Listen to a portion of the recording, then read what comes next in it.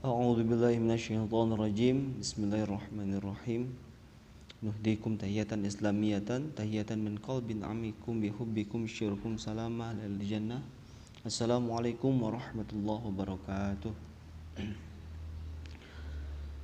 Alhamdulilladzi ja'ala wal qalama lil kitabah wal kitaba lil qiraah wal qiraah lil ma'rifah wal ma'rifah lil ibadah wal ibadah lillahi ta'ala. Amin amin ya Allah ya rabbal alamin.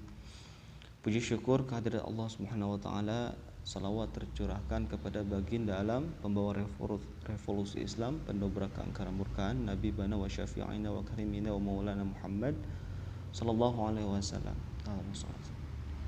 Tak lupa keluarga, sahabat serta risalahnya yang insyaallah sampai kepada kita selaku umatnya. Amin. Amin ya Allah ya rabbal alamin.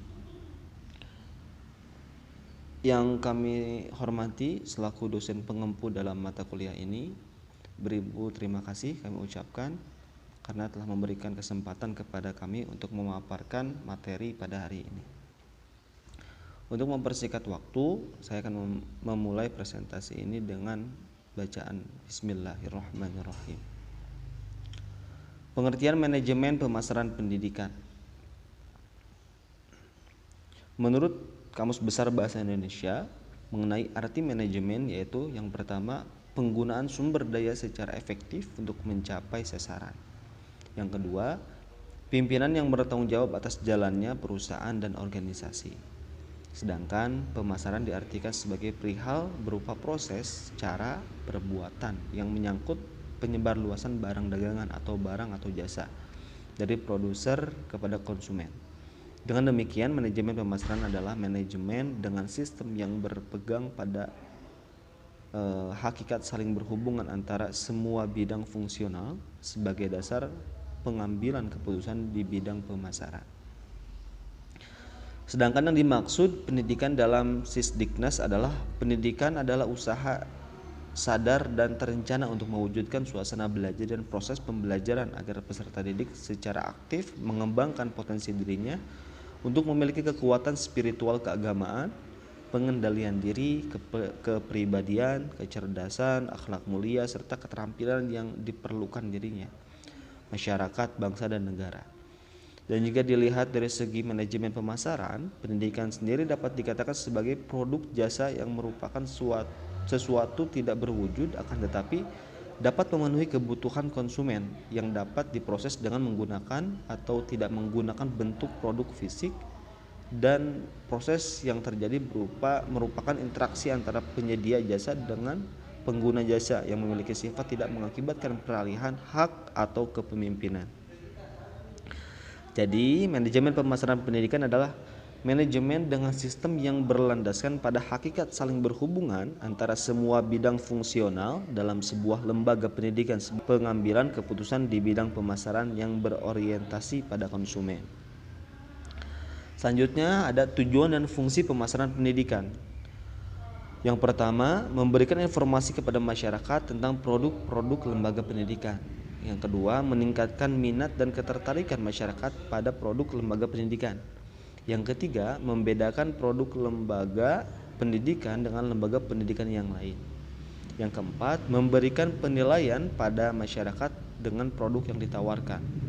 Yang kelima, menstabilkan eksistensi dan kebermaknaan lembaga pendidikan di masyarakat.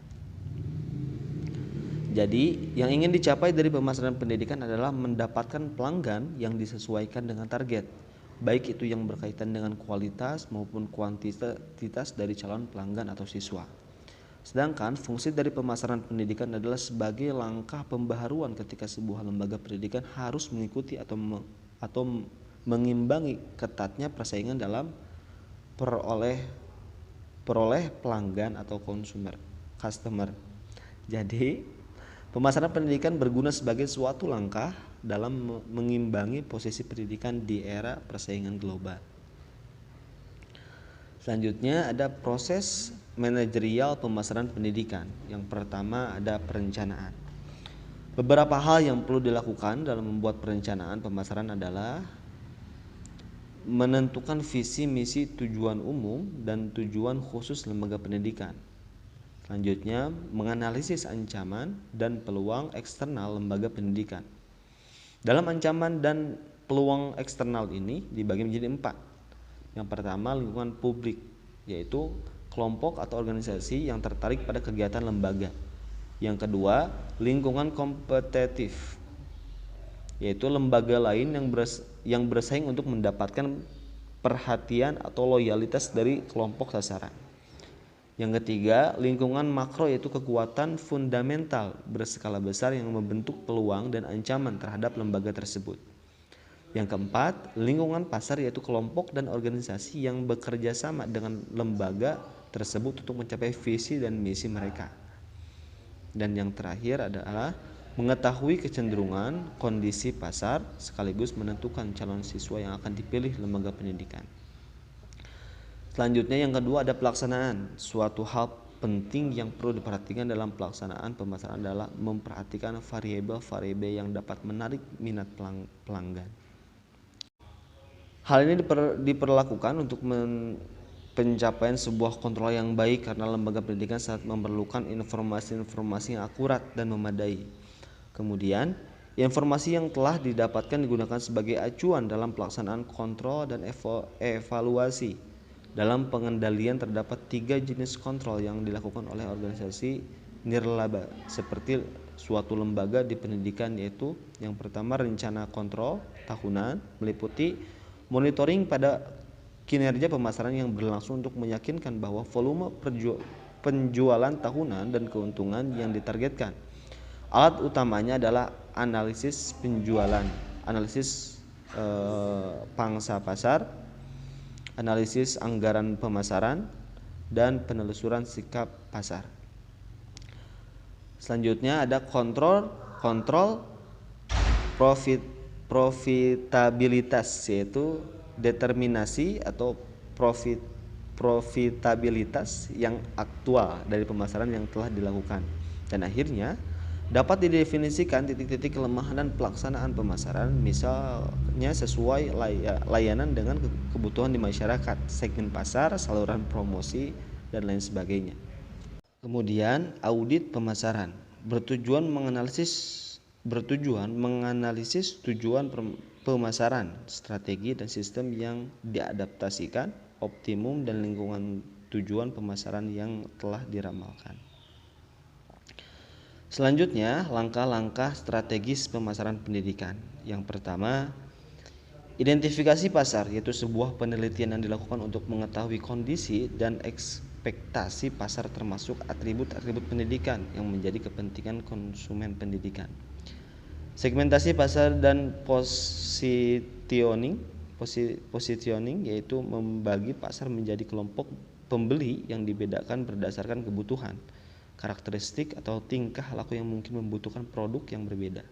Sedangkan positioning adalah karakteristik dan pembedaan produk yang nyata yang memudahkan konsumen untuk membedakan produk jasa antara satu lembaga dengan lembaga lainnya. Yang kedua, diferensiasi produk. Melakukan diferensiasi merupakan cara yang efektif dalam mencari perhatian pasar. Strategi ini adalah strategi memberikan penawaran yang berbeda dibandingkan penawaran yang diberikan oleh kompetitor.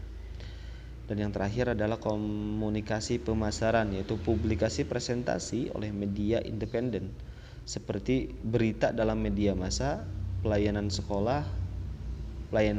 Hal ini terlihat sebagai apa yang diharapkan konsumen. Kesenjangan yang sering terjadi adalah adanya perbedaan perspektif kualitas dan atribut jasa pendidik. Mungkin itu saja yang dapat saya sampaikan. Insyaallah akan dilanjutkan oleh rekan saya. Kepada saudara Siti Maria Ulfa, kami persilahkan. Bismillahirrahmanirrahim. Beberapa hasil penelitian terhadap organisasi jasa. Termasuk sekolah, terdapat beberapa ciri organisasi jasa yang baik, yaitu dengan memiliki 1. Konsep strategis yang memiliki fokus pada konsumen. Sebuah strategis yang diterapkan oleh sekolah agar dapat melayani siswa dengan baik, karena jika tidak, maka dikhawatirkan akan mengecewakan pelanggan tersebut. Kedua, komitmen kualitas dari manajemen puncak. Berarti memberikan kualitas yang baik dan lengkap yang sesuai dengan harapan sekolah. 3. Penetapan standar yang tinggi. Tujuannya untuk menjamin pemenuhan dan pencapaian mutu sesuai proses pembelajaran agar mencapai tujuan pembelajaran tersebut. 4. Sistem untuk memonitor kinerja jasa. 5. Sistem untuk memuaskan keluhan pelanggan, yaitu merupakan feedback atau timbal balik dengan cara didengar baik, ajukan pertanyaan dengan sopan, permintaan maaf, dan selesaikan masalah. 6. Memuaskan karyawan sama dengan pelanggan. Terdapat 5 langkah dalam mencapai ciri-ciri di atas, yaitu yang pertama, kemampuan untuk melaksanakan jasa yang dijanjikan dengan tepat dan terpercaya. 2. Responsif merupakan kemampuan untuk membantu pelanggan dan memberikan jasa dengan cepat. 3. Keyakinan merupakan pengetahuan dan kompetensi guru dan kemampuan mereka untuk menimbulkan kepercayaan dan keyakinan. 4. Empati merupakan syarat untuk peduli memberi perhatian pribadi bagi pelanggan. 5. Berwujud merupakan penampilan fasilitas fisik, peralatan, personil, dan media komunikasi. Berikut ada realisasi pemasaran strategis lembaga pendidikan. Setelah mengetahui konsep pemasaran strategis lembaga pendidikan, selanjutnya perlu melakukan aksi dalam rangka mewujudkan ide-ide pemasaran yang telah dirancangkan.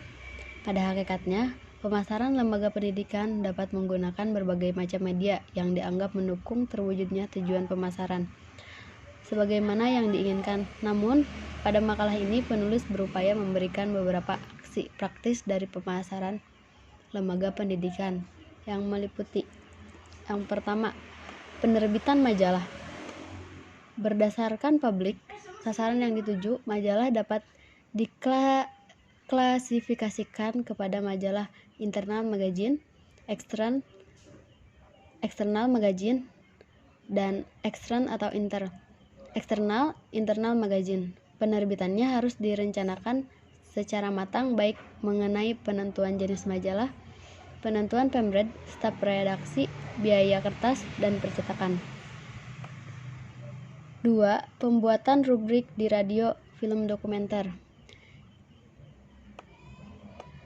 Sebuah lembaga pendidikan dapat mempromosikan lembaganya dengan cara memfungsikan media elektronik seperti radio, televisi, album lagu, dan sebagainya. Sebagai contoh, siswa SMP Alternatif Qoryah Thayyibah telah membuat album lagu hasil karya mereka. Di samping itu, mereka juga telah bekerja sama dengan salah satu stasiun TV swasta untuk membuat film dokumenter yang menggambarkan tentang lembaga pendidikan tersebut, sehingga lembaga pendidikan tersebut dapat dilihat oleh banyak orang melalui televisi. 3. Penyelenggaraan pameran. Pameran merupakan cara paling efektif untuk penerangan dan pendidikan. Dalam penyelenggaraan pameran, usaha membangkitkan atau menarik perhatian merupakan hal yang urgent. Karena bagaimanapun bagusnya suatu barang atau jasa yang dipamerkan, bila publik tidak menaruh perhatian dan ketertarikan, maka semua usaha akan sia-sia. 4. Menggunakan media massa. Dalam penggunaan media massa ini, bagian pemasaran dapat melakukan kegiatan publisitas dan periklanan. Apa yang dimaksud dengan publisitas? Publisitas adalah tugas atau kegiatan untuk menceritakan kepada masyarakat luas tentang hasil produksi atau jasa perusahaan. Pengertian lain dari publisitas adalah dampak dari diketahuinya suatu informasi. Di sini, jenis menyatakan perlunya publisitas sebagai media pencitraan yang baik bagi organisasi atau lembaga yang dipasarkan. 2. Periklanan. Iklan humas adalah iklan yang ditunjukkan kepada masyarakat yang ditunjukkan untuk menjelaskan tentang suatu hal yang menyangkut pelayanan. Kemudian penjelasan yang terakhir ada menimbulkan citra baik bagi lembaga pendidikan. Konsumen dalam membeli sesuatu sebenarnya bukan hanya sekedar membutuhkan barang tersebut, melainkan ada hal yang lain yang diharapkan di balik barang tersebut. Sesuatu tersebut sesuai dengan citra yang membentuk dalam dirinya. Oleh sebab itu, penting sekali sebuah lembaga pendidikan memberikan informasi kepada publik agar dapat membentuk citra yang baik. Banyak cara yang dapat dilakukan untuk menarik perhatian publik dalam rangka pembentukan image terhadap lembaga pendidikan, baik melalui daya tarik fisik bangunan maupun melalui daya tarik yang bersifat akademik, religius, dan sebagainya.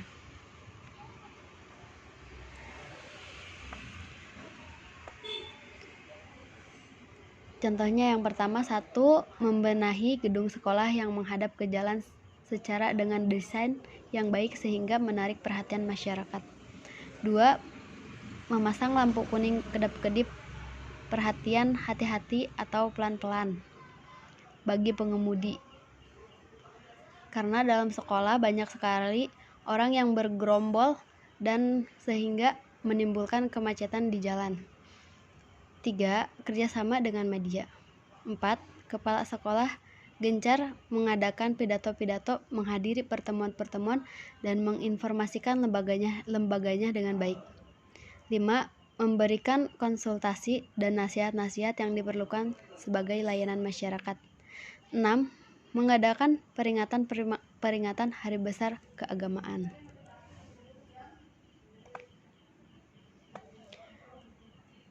Dengan demikian, lembaga pendidikan harus berusaha menciptakan image positif di hati masyarakat, sehingga masyarakat dapat membuat keputusan untuk mendaftarkan putra-putri mereka masuk ke lembaga pendidikan tersebut. Pembentukan image ini tidak dapat terbentuk secara cepat dan singkat, sebagai publik bersifat sensitif dan kritis. Image negatif biasanya cepat terbentuk, namun image negatif memerlukan waktu yang lama.